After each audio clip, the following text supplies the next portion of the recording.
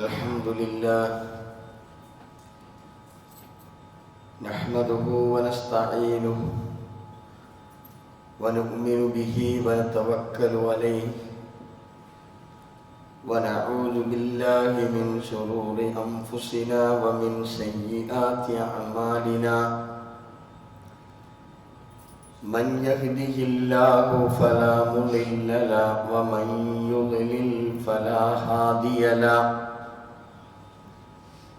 ونشهد أن لا إله إلا الله ونشهد أن محمدًا عبده ورسوله أرسله بالهدى ودين الحق ليظهره على الدين كله ولو كره المشركون.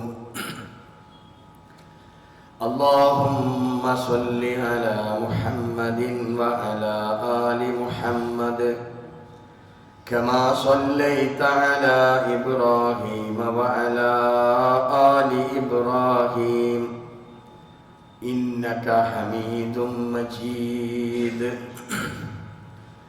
اللهم بارك على محمد وعلى آل محمد كما باركت على إبراهيم وعلى آل إبراهيم إنك حميد مجيد. أما بعد فإن خير الحديث كتاب الله وخير الهدي هدي محمد صلى الله عليه وسلم وشر الأمور محدثاتها وكل محدثة بدعة وكل بدعة ضلالة. أيها الإخوان والأخوات أوصيكم وإياي أولا بتقوى الله. أعوذ بالله من الشيطان الرجيم. يا أيها الذين آمنوا اتقوا الله حق تقاته ولا تموتن إلا وأنتم مسلمون. بسم الله الرحمن الرحيم.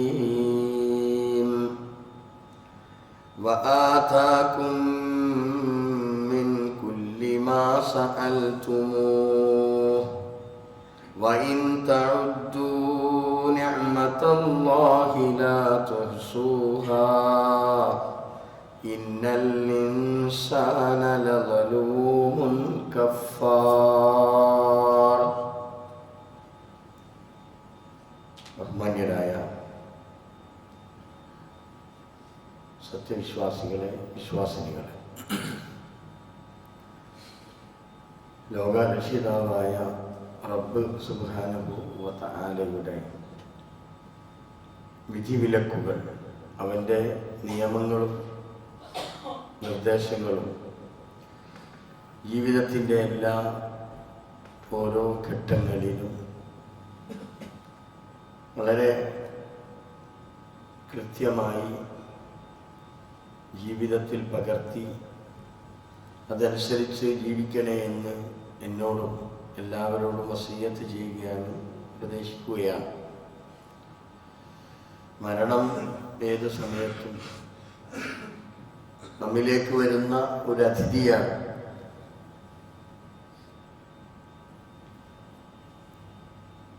അതുകൊണ്ട് തന്നെ ആ മരണത്തെ പ്രതീക്ഷിച്ചുകൊണ്ട് പരമാവധി സൽക്കർമ്മങ്ങളൊക്കെ ചെയ്ത് ആരോടും വെറുപ്പും വിദ്വേഷവും ഒന്നും ഇല്ലാതെ നല്ല മനസ്സിൻ്റെ ഉടമകളായി തീരാൻ പരിശ്രമിക്കുന്നതോടൊപ്പം ഏറ്റവും നല്ലവരായി ജീവിക്കുവാൻ അല്ലാഹു തആല നമുക്കൊക്കെ തൗഫീഖ് നൽകി അനുഗ്രഹിക്കുമാറാവട്ടെ. ഏതൊരു മനുഷ്യനും ആഗ്രഹിക്കുന്നത് ഈ ഭൂമിയിൽ ജീവിക്കുന്നിടത്തോളം കാലം സമാധാനത്തോടുകൂടി ജീവിക്കണമെന്നതാണ്. സ്വസ്ഥതയാണ് മനുഷ്യന് ആവശ്യം. സംഘർഷങ്ങളില്ലാതെ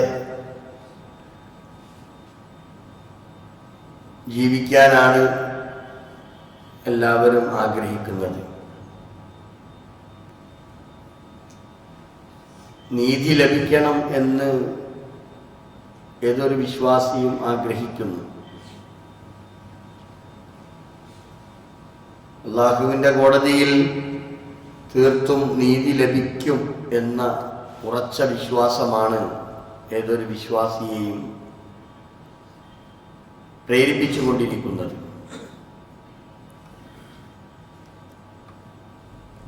സമാധാനത്തിൻ്റെ കേന്ദ്രബിന്ദു എന്ന് പറയുന്നത് നമ്മുടെയൊക്കെ മനസ്സാണ്.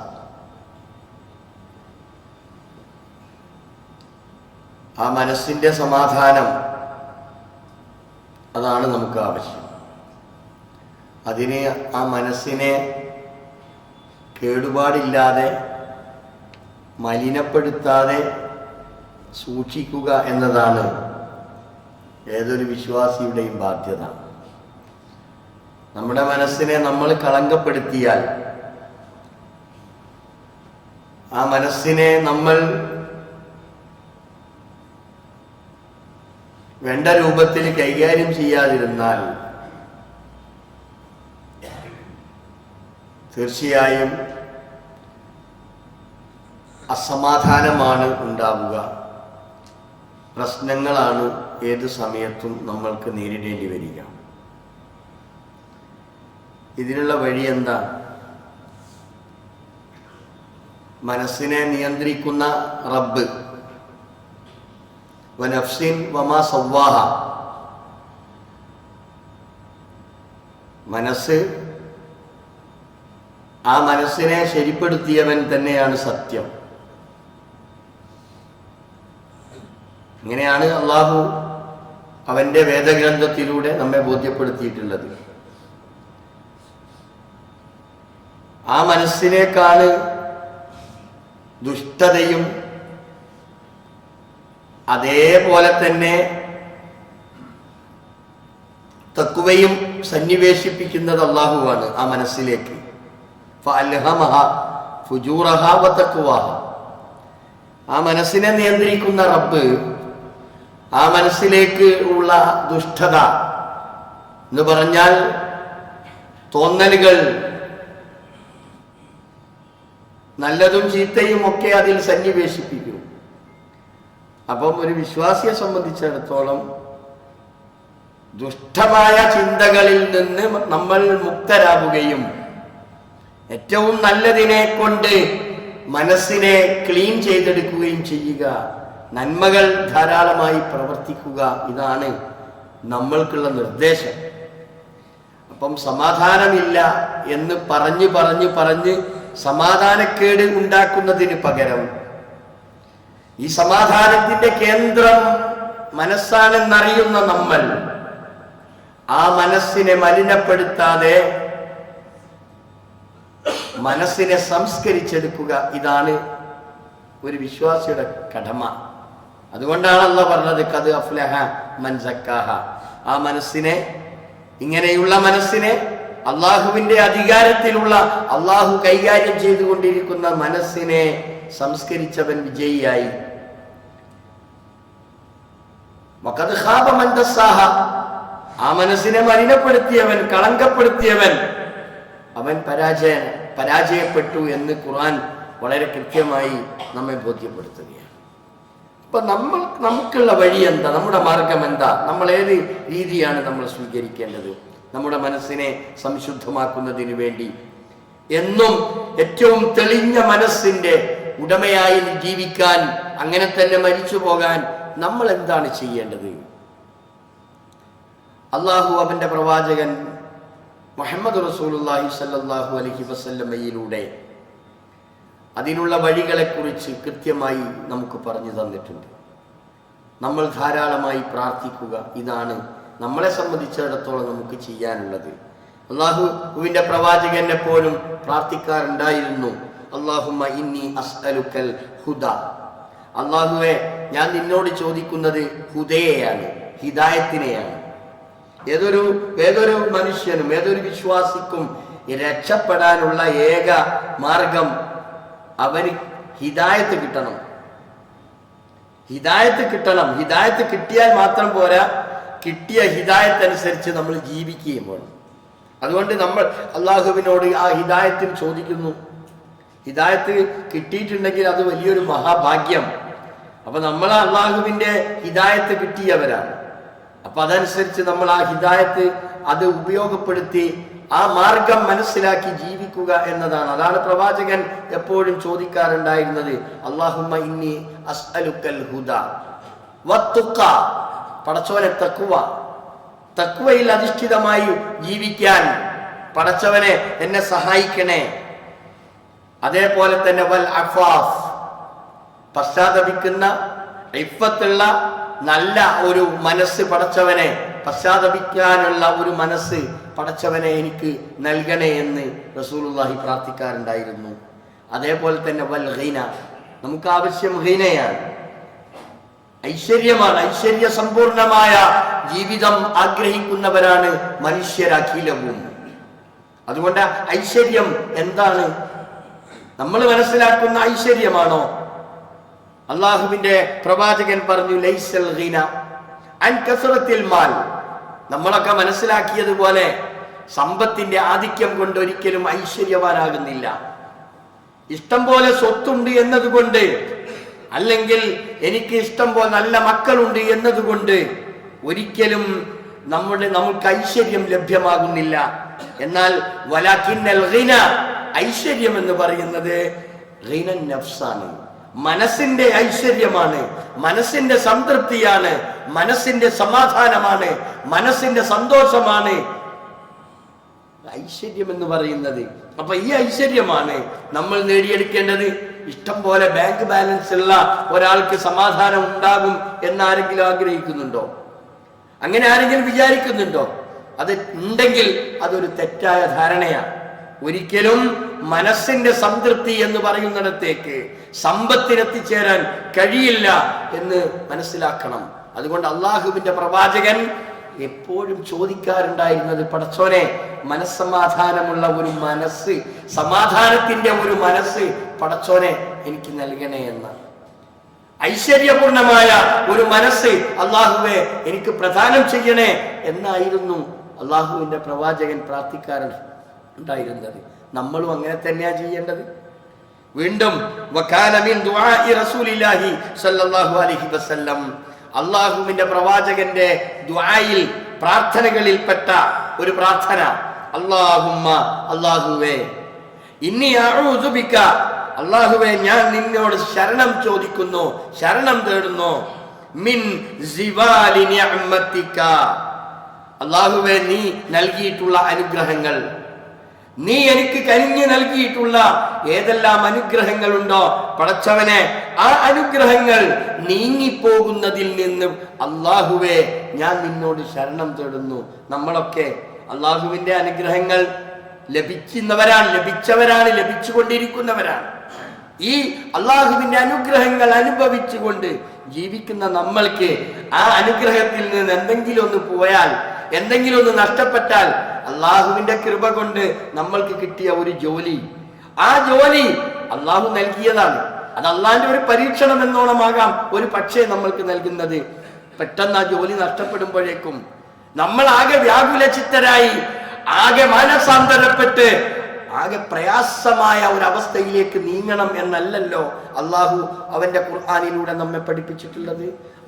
നമ്മൾ മനസ്സ് സമാധാനത്തിലേക്ക് കൊണ്ടുവന്ന് അള്ളാഹുവിനോട് ആത്മാർത്ഥമായി പ്രാർത്ഥിച്ച് ക്ഷമ അവലംബിച്ചുകൊണ്ട് അള്ളാഹുവിലേക്ക് ധാരാളമായി നമ്മൾ അടുക്കണം എന്നതാണ്. നിഅമത്തുകൾ നീങ്ങിപ്പോകുന്നതിൽ നിന്ന് അള്ളാഹുവിനോട് നമുക്ക് പ്രാർത്ഥിക്കാം, ആത്മാർത്ഥമായി നമുക്ക് പ്രാർത്ഥിക്കാം. ഞാൻ ഓതിവെച്ച ആയത്ത് സൂറത്ത് ഇബ്രാഹിമിലെ 34-ാം സൂക്തമാണ്. അവിടെ പറയുന്നത് വആതാകും മിൻ കുല്ലി മാ സഅൽതുമൂഹു, നിങ്ങൾ ചോദിച്ചത് അത്രയും ഞാൻ നിങ്ങൾക്ക് നൽകിയിട്ടുണ്ട്. നിങ്ങൾ ചോദിച്ചതൊക്കെ ഞാൻ നൽകിയിട്ടുണ്ട്. വഇൻ തഉദ്ദു നിഅമതല്ലാഹ്, അല്ലാഹു നിങ്ങൾക്ക് നൽകിയിട്ടുള്ള അനുഗ്രഹങ്ങളെ കുറിച്ച് നിങ്ങൾ ഒന്ന് എണ്ണാൻ തീരുമാനിച്ചാൽ ലാ തഹ്സുഹ, അത് എണ്ണി തിട്ടപ്പെടുത്താൻ നിങ്ങൾക്ക് കഴിയില്ല. അതിനു മാത്രം അനുഗ്രഹങ്ങൾ ഓരോരുത്തർക്കും അല്ലാഹു തആല കനിഞ്ഞരുളിയിട്ടുണ്ട്. ബട്ട് ഇന്നൽ ഇൻസാന ലലൂമുൻ കഫാർ, പക്ഷെ മനുഷ്യൻ എപ്പോഴും ഇതിനെയൊക്കെ നിഷേധിച്ച് ജീവിക്കുന്നവരാണ്. കഫാറായി, നന്ദി കെട്ടവനായി മനുഷ്യൻ ജീവിക്കുന്നു. ലലൂം, അക്രമിയായി ജീവിക്കുന്നു. വേറൊരിടത്ത് പറഞ്ഞില്ലേ, ഇന്നൽ ഇൻസാന ലിറബ്ബിഹി ലകനൂദ്, തീർച്ചയായും മനുഷ്യൻ നന്ദി കെട്ടവനായിട്ടാണ് ജീവിക്കുന്നത്. നമ്മൾക്ക് അല്ലാഹു തആല നൽകിയിട്ടുള്ള നിഅമത്തുകൾ ഓരോന്നോരോന്നായി നമ്മളൊന്ന് മനസ്സിലാക്കി നോക്കൂ. നമ്മൾ അതിനെക്കുറിച്ചൊന്ന് ചിന്തിച്ചു നോക്കൂ. ആ നൽകിയ അനുഗ്രഹങ്ങൾക്ക് നമ്മൾ എന്ത് പ്രതിവിധിയാണ്, അല്ലെങ്കിൽ എന്ത് പ്രതിഫലമാണ് നമ്മൾ തിരിച്ചു നൽകുന്നത്? എന്താണ് നമ്മൾക്ക് നൽകിയ ആ ദാതാവിന് നമ്മൾ കൊടുക്കുന്നത് എന്താ? അപ്പൊ നമ്മൾ അള്ളാഹുവിനോട് ഇങ്ങനെ പ്രാർത്ഥിച്ചു കൊണ്ടിരിക്കുക, പടച്ചോനെ അല്ലാഹുമ്മ ഇന്നി അഊദു ബിക മിൻ സവാലി നിഅമതിക്, അല്ലാഹുവേ നീ നൽകിയിട്ടുള്ള നിഅമത്ത് അല്ലാഹുവേ നീ നീക്കി കളയല്ലേ നാഥ എന്ന് നമുക്ക് പ്രാർത്ഥിക്കാം. അതേപോലെ തന്നെ വതഹവ്വുലി ആഫിയതിക, ആഫിയത്ത്, ആരോഗ്യം, ആ ആരോഗ്യം നഷ്ടപ്പെടുന്നതിൽ നിന്ന് നമ്മൾ അള്ളാഹുവിനോട് എപ്പോഴും നമ്മൾ എന്ത് ചെയ്യണം? നമ്മൾ പ്രാർത്ഥിച്ചു കൊണ്ടേയിരിക്കണം. ആരോഗ്യം അത് ഏതൊരു മനുഷ്യനും, ഞാൻ പറഞ്ഞാൽ അള്ളാഹു നൽകുന്ന ഏറ്റവും വലിയ നിഅമത്ത് ഏതാണെന്നറിയാം? ഹിദായത്താണ്. ഹിദായത്തിനേക്കാൾ അപ്പുറം വലിയ ഒരു നിഅമത്ത് വേറല്ല. ആ ഹിദായത്തിലായിട്ടുള്ള നമ്മൾ ആ അള്ളാഹ്ക്ക് നമ്മൾ ശുക്ർ ചെയ്യുന്നുണ്ടോ? അത് കഴിഞ്ഞാൽ പിന്നെ രണ്ടാമത്തെ അനുഗ്രഹം എന്ന് പറയുന്നത് ആരോഗ്യമാണ്. ആ ആരോഗ്യമുള്ള അവസ്ഥയിൽ നമ്മൾക്കുള്ള ബാധ്യതകളും കടപ്പാടുകളും എത്രയുണ്ട്? പക്ഷെ അതിനെക്കുറിച്ച് നമ്മൾ ആരെങ്കിലും ചിന്തിക്കലുണ്ടോ? നമ്മുടെ ആരോഗ്യത്തെക്കുറിച്ച് നമ്മൾ അത് എന്തിനു ചെലവഴിക്കുന്നു? നമ്മൾ എന്താണ് നമ്മൾ ചെയ്തുകൊണ്ടിരിക്കുന്ന നമ്മുടെ ഏർപ്പാട്? ഇതിനെക്കുറിച്ച് എന്തെങ്കിലും നമ്മൾ ആലോചിക്കലുണ്ടോ? ഇവിടെ പറഞ്ഞല്ലോ, അള്ളാഹുവിന്റെ നിഅമത്തുകളെ കുറിച്ച് നൽകിയ നിഅമത്തുകൾ എത്രയാണ് എന്ന് നമ്മൾ കണക്ക് നോക്കിയാൽ ഒരിക്കലും നമ്മൾക്ക് എന്തില്ല, അത് തിട്ടപ്പെടുത്താൻ നമ്മൾക്ക് ഒരിക്കലും സാധ്യമല്ല. നമ്മൾ ചെയ്യുന്നത് എന്താ? പരമാവധി നന്ദി കേട് കാണിക്കാൻ എന്തെങ്കിലും മാർഗമുണ്ടോ എന്ന് നമ്മൾ അന്വേഷിക്കുക. ഇനി നമ്മൾക്ക് ഈ അനുഗ്രഹങ്ങൾ കിട്ടിയിട്ടുള്ള അനുഗ്രഹങ്ങൾ തന്നെ നഷ്ടപ്പെട്ടു പോകുന്നത് എന്തുകൊണ്ടാണ്? നമ്മൾ തന്നെ പറയലുണ്ടല്ലോ, കുറച്ചു കാലമായിട്ട് അൽഹംദുലില്ലാ നല്ല സന്തോഷമായിരുന്നു, സമാധാനമായിരുന്നു, ഇതാ ഇപ്പം കുറച്ച് ഇടങ്ങേറാണ്, കുറച്ച് ബുദ്ധിമുട്ടിലാണ്, മക്കൾക്ക് വേണ്ടത്ര ജോലിയില്ല, അവരിൽ നിന്ന് കിട്ടേണ്ടത് മര്യാദയ്ക്ക് കിട്ടുന്നില്ല, പിന്നെ ബാക്കിയുള്ള കാര്യങ്ങളൊന്നും നടക്കുന്നില്ല, ഇതുവരെയൊക്കെ അങ്ങനെ ഒപ്പിച്ച് അഡ്ജസ്റ്റ് ചെയ്ത് മുന്നോട്ട് പോയിരുന്നു എന്നൊക്കെ നമ്മളിങ്ങനെ അപലാതിപ്പെടുന്നുണ്ടല്ലോ. എന്തുകൊണ്ടാണ് എന്ന് നമ്മൾ ആലോചിച്ചിട്ടുണ്ടോ? ഇല്ല. ഇത് കിട്ടിയ സമയത്ത് നമ്മൾ മതിമറന്ന് ജീവിച്ചു, നമ്മൾ അഹങ്കാരിയായി, ഇത്തിരി ഒന്ന് അഹങ്കാരിയായി. ഇപ്പം എൻ്റെ അടുത്ത് അത്യാവശ്യത്തിനൊക്കെ ഉണ്ട് എന്നൊരു തോന്നൽ വന്ന് അള്ളാഹ്ക്ക് ശുക്ർ ചെയ്യാൻ നമ്മൾ എന്ത് ചെയ്തില്ല? തയ്യാറായില്ല. നമ്മൾ നന്ദികേട് കാണിച്ചു. നന്ദികേട് കാണിക്കുന്നു എന്ന് തന്നെയാണ് ഖുർആനും പറഞ്ഞിട്ടുള്ളത്. ആ നന്ദികേട് കാണിച്ചാൽ ഉണ്ടാവുന്ന അപകടം എന്താണ്? അതും ഖുർആൻ പറഞ്ഞിരുന്നുണ്ട്. വഇൻ തഅദ്ദന റബ്ബുക്കും, നിന്റെ റബ്ബ് അനുവാദം നൽകിയ അല്ലെങ്കിൽ ബോധ്യപ്പെടുത്തിയ സന്ദർഭം നീ ഓർക്കണം. എന്താണ് അല്ലാഹു ബോധ്യപ്പെടുത്തിയത്? ലഇൻ ശകർതും, നിങ്ങൾ നന്ദി കാണിക്കുന്നവരാണെങ്കിൽ, നിങ്ങൾക്ക് കിട്ടിയതിൽ, നിങ്ങൾക്ക് ലഭിച്ചത് എന്തായിരുന്നാലും ശരി, അറിവാണെങ്കിലും പണമാണെങ്കിലും സൗകര്യമാണെങ്കിലും സന്തോഷമാണെങ്കിലും എന്താണെങ്കിലും അള്ളാഹുവിൽ നിന്ന് കിട്ടിയിട്ടുള്ള എന്ത് കാര്യമാണെങ്കിലും ശരി, അതിന് ലഇൻ ശകർതും, നിങ്ങൾ നന്ദി കാണിക്കുകയാണെങ്കിൽ ലഅസീദന്നക്കും, നിങ്ങൾക്ക് ഇനിയും തരും. അല്ലാഹ് പറയുന്നത് നമ്മളോട്, നിങ്ങൾ നന്ദി കാണിക്കാൻ തയ്യാറാണോ? ലഅസീദന്നകും, ഞാൻ നിങ്ങൾക്ക് വർദ്ധിപ്പിച്ചു തരും, ഉറപ്പാ. പക്ഷെ നമ്മൾ എന്ത് ചെയ്യൂല, നമ്മൾ അങ്ങനെ ചെയ്യൂല. നമ്മൾക്കറിയാതെ പലതും നമ്മൾക്ക് കിട്ടാറുണ്ട് അല്ലേ? നമ്മുടെ കച്ചവടത്തിൽ നമുക്ക് ലാഭം കിട്ടുന്നുണ്ട്, മറ്റ് ഏർപ്പാടുകളിൽ നമ്മളറിയാതെ അള്ളാഹു നമ്മെ അനുഗ്രഹിക്കുന്നുണ്ട്. അന്ന് നമ്മൾ മെല്ലെ അത് കെട്ടിപ്പൂട്ടി വെക്കൂ, അനക്കൂല. ഒരു മനുഷ്യൻ 5 നയാ പൈസയും കൊടുക്കൂല. ഇങ്ങനെ പിശുക്കനായി ഇങ്ങനെ ഒന്നുമല്ലാതെ ജീവിക്കാനാണ്. കിട്ടും തോറും കൂടുതൽ കൂടുതൽ പിശുക്കനായി മാറും. അല്ലാഹ് പറയാണ്, നിങ്ങൾക്ക് കിട്ടുന്നതിൽ നിങ്ങൾ നന്ദി കാണിക്കാൻ തയ്യാറുണ്ടോ? ലഅസീദന്നകും, ഞാൻ നിങ്ങൾക്ക് അധികം തരും. അല്ലാഹ് തരുന്ന ആളാ പറയുന്നത്. നമ്മളെ ഔദാര്യം എന്നുള്ളത് നമ്മൾക്ക് നമ്മുടെ കഴിവ് കൊണ്ട് കിട്ടിയതൊന്നുമല്ല. അല്ലാഹു തആല അതിനുള്ള സാഹചര്യം ഒരുക്കി തന്ന് നമ്മൾ അതിന്റെ ലൈൻ റൂട്ട് ക്ലിയർ ചെയ്തു. അവിടെ നമ്മൾ ശ്രദ്ധിക്കണം, നമ്മളെ റൂട്ട് റെഡിയാകണം. നമ്മൾ സമ്പാദിക്കുന്ന, നമ്മൾ ഉണ്ടാക്കിയെടുക്കുന്ന സമ്പത്തിന്റെ റൂട്ട് റെഡിയാകണം.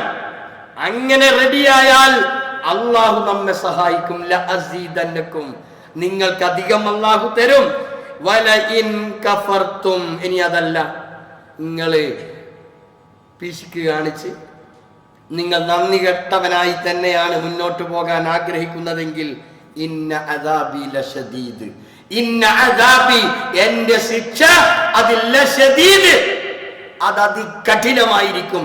അള്ളാഹുവിന്റെ താക്കീത. ഇതിലും വലിയ ഒരു വർത്തമാനം ഈ വിഷയത്തിൽ എന്താ പിന്നെ പറയേണ്ടത്? നമ്മളടുത്ത് ഒന്നുമില്ല. നമ്മൾ എങ്ങനെയാ അള്ളാഹു നമ്മെ ഈ ഭൂമിയിലേക്ക് കൊണ്ടുവന്നത്? ഒന്നുമില്ലാതെ വന്നവരാ. ഒന്നുമില്ലാതെ തിരിച്ചു പോകേണ്ടി വരുക. അതിനിടയിൽ ചില സൗകര്യങ്ങൾ നമ്മൾക്ക് നൽകുന്നത് അള്ളാഹു നമ്മെ ഏൽപ്പിക്കുന്ന ചില ഉത്തരവാദിത്തങ്ങളാണ്. ആ ഉത്തരവാദിത്തം നിർവഹിക്കുക എന്നുള്ള ജോലി മാത്രമേ നമുക്കുള്ളൂ. അവിടെ അഹങ്കരിക്കേണ്ട ഒരാവശ്യമില്ല, കിബറനാകണ്ട. പിന്നെ ചില ആൾക്കാരെ കണ്ടാലൊന്ന് കണ്ണ് പിടിക്കാതെ നിൽക്കുക, ബോഡി ലാംഗ്വേജ് ഒക്കെ ഒന്ന് ഇങ്ങനെ കോട്ടി മാറ്റുക, അതിൻ്റെ ഒന്നും ആവശ്യമല്ല. അതിന് മാത്രം ഒന്നുമില്ല. ഒരു വയറിളക്കത്തിന് തികയൂല എന്നുള്ളൊരു ചിന്തെങ്കിലും നമ്മൾ മനസ്സിലാക്കണം. നമ്മളെ അടുത്തുള്ളതൊക്കെ അത്രേ ഉള്ളൂ.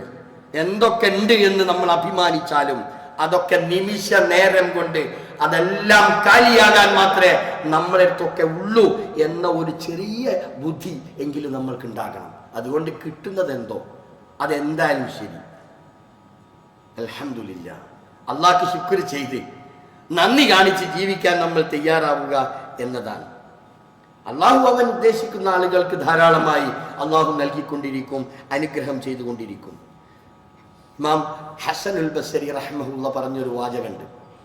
ഇന്നല്ലാഹ തആല, അല്ലാഹു സുബ്ഹാനഹു വ തആല ലയുമത്തഉ ബിനിഅമതി ബിമാ ശാ, അള്ളാഹു ഉദ്ദേശിക്കുന്ന ആൾക്ക് അള്ളാഹു സൗകര്യം ചെയ്തു കൊടുക്കും. അതിന് നമ്മളിങ്ങനെ കണ്ണിക്കടി കാണിച്ചിട്ടൊന്നും ഒരു കാര്യമില്ല. എനിക്ക് കിട്ടണില്ലല്ലോ, എൻ്റെ കാര്യം കട്ടപ്പുകയാണ്, അതെങ്ങനെ അങ്ങനെ നടക്കുന്നത്. നമ്മളതിൽ അസൂയപ്പെട്ടിട്ട് കാര്യമല്ല, നമ്മളതിന് ബേജാറാകുകയും വേണ്ട. ഒരാൾക്ക് അള്ള കൊടുത്തിട്ടുണ്ടെങ്കിൽ നമ്മൾക്കും കിട്ടും. ആ കൊടുക്കുന്നവൻ തന്നെയാണ് നമ്മൾക്കും തരേണ്ടത് എന്ന് മനസ്സിലാക്കിയിട്ട് നമ്മൾ നന്ദി കാണിച്ച് ജീവിച്ചു നോക്കി. അതുകൊണ്ട് അള്ള പറഞ്ഞത് എന്താ? അള്ളാഹു നൽകിക്കൊണ്ടേയിരിക്കും. ആർക്ക്? അള്ളാഹു അവൻ ഉദ്ദേശിക്കുന്നവൻ. വല്ലാഹു, അങ്ങനെയാണ്, ബിമാ ശാ, അവൻ ഉദ്ദേശിക്കുന്നവർക്ക്. ഇനി ഫഇദാ ലം യശ്കുർ, കിട്ടി അൽഹംദുലില്ലാ, പക്ഷെ നന്ദി കാണിക്കുന്നില്ലെങ്കിലോ കലബഹ അലൈഹ അദാബൻ, അത് അങ്ങോട്ട് മാറ്റിമറിക്കും. അള്ളാഹ്ക്കത്തെ പണിയുള്ളൂ. നിമിഷ നേരം കൊണ്ട് അതിങ്ങോട്ട് മാറ്റിമറിച്ച് പിന്നെ അവിടെ നടപ്പാക്കുന്നത് ശിക്ഷയായിരിക്കും, പരീക്ഷണമാണ്. പിന്നെ അതിൻ്റെ ബദലായിട്ട് അള്ളാഹ് കൊടുക്കുക. അങ്ങനെയാ പിന്നെ ചില ആൾക്കാർക്ക് എപ്പോഴും പരീക്ഷിക്കപ്പെടുന്നത്. നമ്മളുടെ സമ്പാദ്യത്തിൽ പരീക്ഷണം ഉണ്ടാകും, മക്കളെ കാര്യത്തിൽ പരീക്ഷണം ഉണ്ടാകും, മറ്റ് ഭൗതികമായ സൗകര്യങ്ങളിലൊക്കെ ഈ പരീക്ഷണം ഉണ്ടാകും. അത് ഉണ്ടാകും, രോഗം കൊണ്ട് പരീക്ഷിക്കുക, ഇതൊക്കെ ഉണ്ടാകും. ഇതൊക്കെ പരീക്ഷണ. അള്ള നമ്മൾ നേരെയാകാൻ വേണ്ടിയിട്ട് ചില ടേണിങ് പോയിന്റുകൾ ഓരോന്നോരോന്നുണ്ടാവും. ഈ ഭൂമിയിൽ നിന്ന് മരിച്ച് അങ്ങ് പോണേൻ്റെ മുമ്പേ തന്നെ കുറേ കാര്യങ്ങളൊക്കെ ക്ലിയർ ആക്കേണ്ടതുണ്ട്. ആ ക്ലിയർ ആകാനും നമ്മൾ നന്നാവാനും നമ്മൾക്കതിന് സാഹചര്യങ്ങളൊക്കെ ആര് തരും? അള്ള തന്നെ തരും. അതാ ഈ ടേണിംഗ് പോയിന്റ് എന്ന് പറയുന്നത്. ആ ടേണിംഗ് പോയിന്റിൽ നിന്നുകൊണ്ട് നമ്മൾ ചിന്തിച്ച് മനസ്സിലാക്കി ഞാൻ ആരാണ് എന്ന് ചിന്തിക്കാനുള്ള ഒരു സാഹചര്യം, അവസരം അള്ളാഹു തരിക. എല്ലാ ഈ ഇടങ്ങേറും ബുദ്ധിമുട്ടും പ്രശ്നവും ഫിത്തിനയും ഇതൊക്കെ ഉണ്ടാകുന്നത് നമ്മളെ കൊണ്ട് തന്നെയാണ്. അതിനെക്കുറിച്ച് ആരോ ചിന്തിച്ചിട്ടുണ്ടോ? നമ്മൾ ഉണ്ടാക്കുന്ന ബുദ്ധിമുട്ടാണ്, അല്ലെ നമ്മൾ ഉണ്ടാക്കുന്ന ഇടങ്ങേറ് തന്നെയാണ് നമ്മൾ അനുഭവിക്കുന്നത്. ഖുർആൻ അങ്ങനെ തന്നെ പറഞ്ഞ്, ഖുർആൻ അങ്ങനെയാ പറഞ്ഞത്, വമാ അസ്വാബക്കും മിൻ മുസീബ, ഏതൊരു പരീക്ഷണവും ഏതൊരു ഫിത്തിനയും അത് ബാധിക്കുന്നത് ഫബിമാ കസബത് ഐദീകും, നിങ്ങളെ കൈകൾ പ്രവർത്തിക്കുന്നത് കൊണ്ടാ. നമ്മളെ കൈയും നമ്മുടെ മനസ്സും നമ്മളെ സംസാരവും നമ്മളെ ഇടപെടലും ഇതുകൊണ്ട് തന്നെയാണ് ഈ ഇടങ്ങേറുണ്ടാകുന്നത്. ഖുർആൻ അങ്ങനെയാ പറഞ്ഞത് പച്ചയായ ഭാഷയിൽ, വമാ അസ്വാബക്കും മിൻ മുസീബ, ഏതൊരു മുസീബത്തും വന്നുകൂടുന്നത് ഫബിമാ കസബത് ഐദീകും, നിങ്ങളുടെ കരങ്ങൾ പ്രവർത്തിച്ചത് കൊണ്ടാണ്. അതുകൊണ്ട് കുറേ കാര്യങ്ങൾ അല്ലാഹു തആല എന്നെ എന്ത് ചെയ്യാണ്, അങ്ങ് മാപ്പാക്കുക. നമ്മൾ ചെയ്യുന്ന ഇടങ്ങേറിനനുസരിച്ച് അല്ലാഹ് നമ്മളെ ശിക്ഷിക്കാൻ ഒരുങ്ങിയാൽ നമ്മളെ മാന്യതയുടെ കുപ്പായൊക്കെ എന്നോ അഴിച്ചു വെക്കേണ്ടി വരൂലേ? നിങ്ങൾ ആലോചിച്ചിട്ടുണ്ടോ അതിനെക്കുറിച്ച്?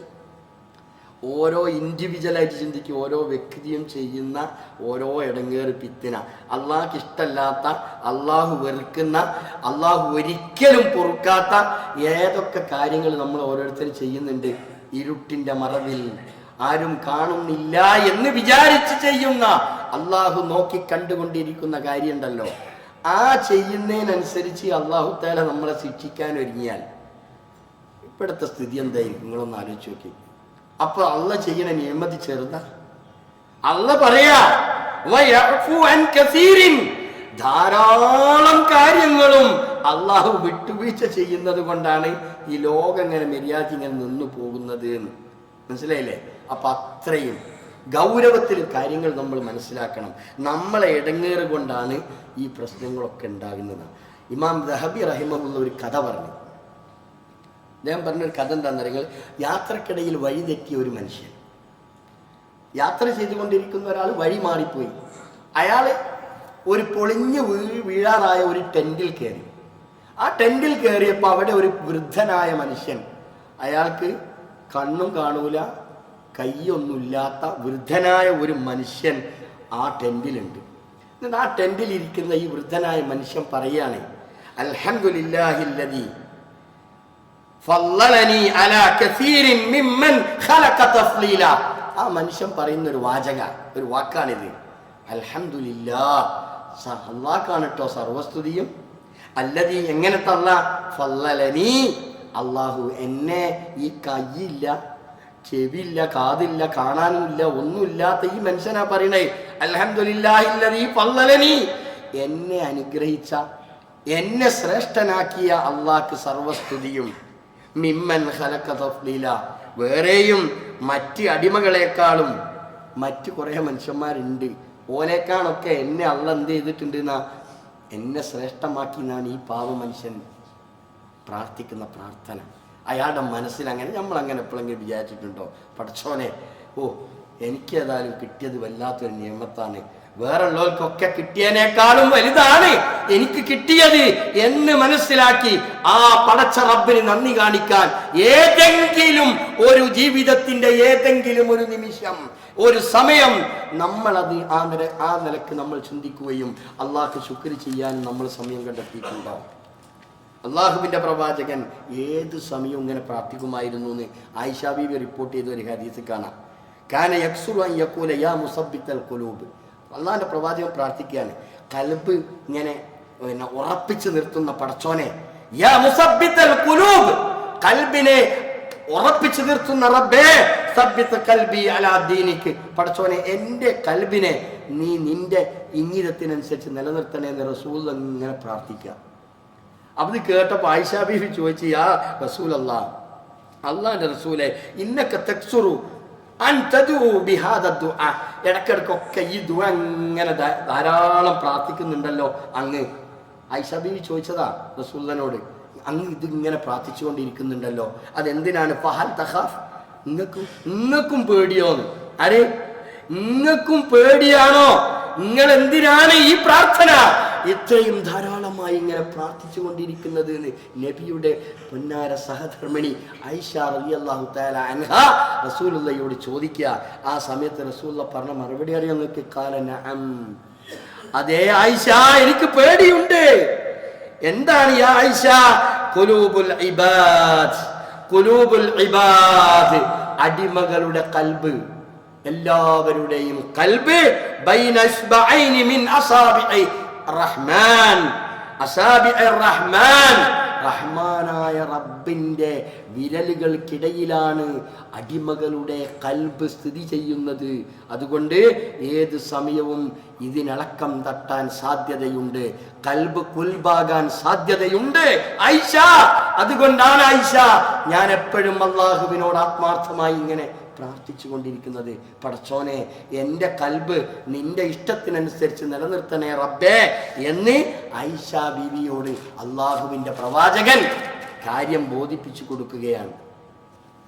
നിങ്ങൾ ആലോചിക്കണം, ഇങ്ങനെയാണ് അള്ളാഹുവിൻ്റെ റസൂൽ ഇങ്ങനെ പ്രാർത്ഥിക്കാറുണ്ടായിരുന്നുവെങ്കിൽ നമ്മളൊക്കെ എന്തുമാത്രം പ്രാർത്ഥന നടത്തണം.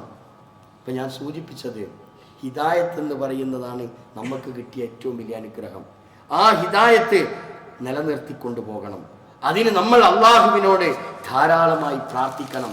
നമ്മൾക്ക് കിട്ടിയിട്ടുള്ള ഏതേത് നന്മകളുണ്ടോ ആ നന്മകളൊക്കെ മുമ്പിൽ വെച്ചുകൊണ്ട് അള്ളാഹ്ക്ക് ശുക്ർ ചെയ്ത് ജീവിക്കുവാൻ നമ്മൾ തയ്യാറാവണം. എങ്കിൽ അള്ളാഹു തആല നമ്മെ അനുഗ്രഹിക്കും. അല്ലെങ്കിൽ അള്ളാഹുവിൻ്റെ പരീക്ഷണങ്ങൾക്ക് നമ്മൾ പാത്രീഭൂതരാവും എന്നതാണ് ഏതൊരു വിശ്വാസിയും മനസ്സിലാക്കേണ്ടത്. പരമാവധി ഖൈർ ചെയ്ത് അള്ളാഹ്ക്ക് ശുക്ർ ചെയ്ത് അള്ളാഹുവിനോട് ആത്മാർത്ഥമായി പ്രാർത്ഥിച്ചുകൊണ്ട് ജീവിക്കുന്ന യഥാർത്ഥ മുത്തഖികളിൽ നമ്മെ എല്ലാവരെയും ഉൾപ്പെടുത്തി അനുഗ്രഹിക്കുമാറാവട്ടെ.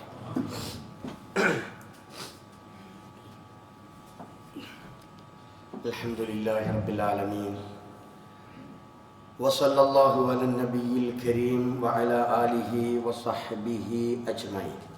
അയ്യുഹൽ ഇഖ്വാൻ വൽ അഖ്വാത്ത് ഊസീകും വഇയ്യായ സാനിയം ബിതഖ്വല്ലാഹ്. പ്രിയപ്പെട്ട സഹോദരി സഹോദരന്മാരെ, അള്ളാഹുവിനെ സൂക്ഷിച്ച് തഖ്വയുള്ളവരായി ജീവിക്കണേ എന്ന് ഒരിക്കൽ കൂടി വസിയ്യത്ത് ചെയ്യുകയാണ്, ഉപദേശിക്കുകയാണ്. നമ്മളെപ്പോഴും പ്രാർത്ഥിക്കേണ്ട പ്രാർത്ഥനകളിൽ മൂന്നാമതായി നമ്മൾ മനസ്സിലാക്കേണ്ടത് പെട്ടെന്നുള്ള മരണമാണ്. പെട്ടെന്നുള്ള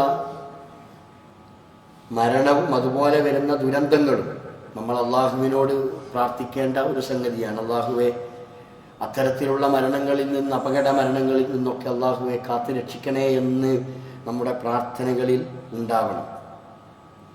അതുപോലെ തന്നെ ശക്തമായ പരീക്ഷണങ്ങളിൽ നിന്ന് നമ്മൾ പ്രാർത്ഥിച്ചു കൊണ്ടിരിക്കണം. അള്ളാഹുവിൻ്റെ കോപം അത് വരാതിരിക്കാൻ നമ്മളൊക്കെ പ്രാർത്ഥിക്കണം. അള്ളാഹുവിൻ്റെ സംരക്ഷണമാണ്, അള്ളാഹുവിൻ്റെ രക്ഷയാണ് നമുക്ക് എല്ലാവർക്കും വേണ്ടത്. അതിനു വേണ്ടിയാണ് നമ്മൾ എന്ത് ചെയ്യേണ്ടത്? പ്രാർത്ഥിക്കേണ്ടത്. ഫൽ യഖീൻ, വിശ്വാസം എന്ന് പറയുന്നത് യദ്ഫഉ ഉഖൂബാത്തിൽ ആഖിറ, പരലോകത്തുള്ള ശിക്ഷകളിൽ നിന്നൊക്കെ നമുക്ക് രക്ഷ കിട്ടാൻ വിശ്വാസമാണ് നമുക്ക് പ്രചോദനമാകുന്നത്. അതുകൊണ്ട് ഒരു അഡ്ജസ്റ്റ്മെന്റ് വിശ്വാസമല്ല, നല്ല അടിയുറച്ച മുവഹിദാവുക എന്നതാണ് പരലോകത്ത് രക്ഷപ്പെടാനുള്ള ഏക മാർഗം എന്ന് പറയുന്നത്. അതേപോലെ തന്നെ വൽ ആഫിയ, നമ്മുടെ ആരോഗ്യം നമുക്ക് അള്ളാഹു കനിഞ്ഞരളിയിട്ടുള്ളതാണ് ആഫിയത്ത്. ആ ആഫിയത്ത് വേണ്ട രൂപത്തിലാണ് നമ്മൾ ചെലവഴിക്കേണ്ടത്. ഇവിടെ 10, 60, 90 എത്ര കൊല്ലമാണോ ഇവിടെ ജീവിക്കുന്നത്, അത്രയും എൻ്റെ ആരോഗ്യം ഞാൻ എവിടെ എങ്ങനെ ചെലവഴിച്ചു എന്ന ചോദ്യത്തിന് നമ്മൾ എന്ത് മറുപടിയാണ് നമ്മൾ പറയുക നാളെ അള്ളാഹിനോട്? അത് പറയാതെ ഒരടി മുന്നോട്ട് വെക്കാൻ കഴിയില്ല, അതിലൊരു സംശയമില്ല. പിന്നെ മരിക്കാൻ നേരത്ത് ഖുർആൻ പറഞ്ഞതുപോലെ സൂറത്ത് മുഅ്മിനൂനിൽ 100-ാമത്തെ വചനം എന്താണ് അവിടെ? റബ്ബി, പടച്ചോനെ, ഇർജിഊനി, എന്നെ ഒന്നങ്ങ് മടക്കിയേക്ക്. ഇത് അവസാനം സക്കറാത്തിൻ്റെ ഹാലിൽ എത്തുന്ന ഒരു നേരമുണ്ടല്ലോ, നമ്മളെ ശരീരമൊക്കെ തളർന്ന് മര്യാദയ്ക്ക് കാണൂല, കേൾക്കൂല, ഒക്കെ നരബാധിച്ച് അങ്ങനെ നിൽക്കുന്ന ഒരവസ്ഥയിൽ നമ്മൾ എന്ത് ചെയ്യുക? പറയാ പടച്ചോനോട്, ഇർജിഊനി, ഇന്നെ ഒന്നങ്ങ് മടക്കി എടുക്ക്. പഴയ ഒരവസ്ഥ നമുക്കിപ്പോൾ തോന്നലുണ്ടല്ലോ ഇങ്ങനെ ഇടയ്ക്കിടയ്ക്ക്. അത് അമൽ ചെയ്യാനല്ല, അത് എനിക്കൊന്ന് ഹൈസ്കൂളിൽ ഇപ്പം പഠിക്കേണ്ടിയെന്നൊക്കെ തോന്നലില്ലേ? കുട്ടികളൊക്കെ ഇങ്ങനെ ബാഗൊക്കെ എടുത്ത് പോണത് കാണുമ്പോൾ എനിക്കിപ്പം പോയാൽ മതിയായിരുന്നു ഹൈസ്കൂൾ ജീവിതം, അല്ല ഇപ്പം മതിയായിരുന്നു എൻ്റെ കോളേജ് ജീവിതം. കാരണം അന്നൊന്നും ഇല്ലാത്ത പലതുമാണ് ഇന്ന് നടക്കുന്നത്. ഇതൊക്കെ നമ്മളിങ്ങനെ ആഗ്രഹിക്കും. അതുപോലെ അവസാനം സക്കറാത്തിന്റെ ഹാലെത്തണ നേരത്തെ റബ്ബി ർജിഊനി, എന്നെ ഒന്ന് മടക്ക്, എന്നാൽ അമൽ സ്വാലിഹൻ ഫീമാ തറക്തു, പലതും ചെയ്യാനുണ്ടായിരുന്നു, അതൊക്കെ വിട്ട് ചെയ്തില്ല ഞാൻ, അതുകൊണ്ടൊക്കെ ഞാൻ ചെയ്തോളാം, എന്നെ ഒന്ന് അങ്ങ് മടക്കിയേക്കെന്ന് അപ്പം പറഞ്ഞിട്ട് കാര്യമല്ല. അവസാന ഹാല് സക്കറാത്തിന്റെ ഹാലിൽ അങ്ങനത്തെ ഒരവസ്ഥ പറഞ്ഞിട്ട് കാര്യമല്ലല്ലോ. അതുകൊണ്ട് വളരെ കൃത്യമായി ഉള്ള ആരോഗ്യം വെച്ചുകൊണ്ട് ഉള്ള സമയത്ത് നമ്മുടെ സമയവും ആരോഗ്യവും ഇത് നാളെ ചോദ്യം ചെയ്യപ്പെടുന്ന സംഗതിയാണ്. നാളെ പരലോകത്ത് നമ്മോട് ചോദിക്കുന്ന വളരെ പ്രധാനപ്പെട്ട ഒരു സംഗതിയാണ് നമ്മുടെ ആരോഗ്യത്തെക്കുറിച്ചും നമ്മുടെ സമയത്തെക്കുറിച്ചും. ഇതാണല്ലോ നമ്മുടെ മെയിൻ വിഷയം. ഈ സമയവും ആരോഗ്യവും എന്തിനു വേണ്ടി ചെലവഴിച്ചു എന്ന ചോദ്യത്തിനൊരു ഉത്തരം നമ്മൾ കണ്ടെത്തണം. അള്ളാഹു നമ്മെ അനുഗ്രഹിക്കുമാറാവട്ടെ. സത്യം മനസ്സിലാക്കി ജീവിക്കുന്ന യഥാർത്ഥ മുത്തക്കികളിൽ അള്ളാഹു തആല നമ്മെ എല്ലാവരെയും ഉൾപ്പെടുത്തി അനുഗ്രഹിക്കട്ടെ.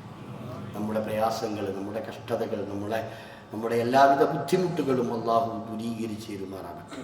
നമ്മുടെ വീട്ടിൽ, നമ്മുടെ കുടുംബത്തിൽ വളരെ സമാധാനത്തോടുകൂടി ശാന്തമായി ജീവിക്കുന്ന ഒരവസ്ഥ അള്ളാഹു നമുക്കേവർക്കും നൽകി അനുഗ്രഹിക്കട്ടെ.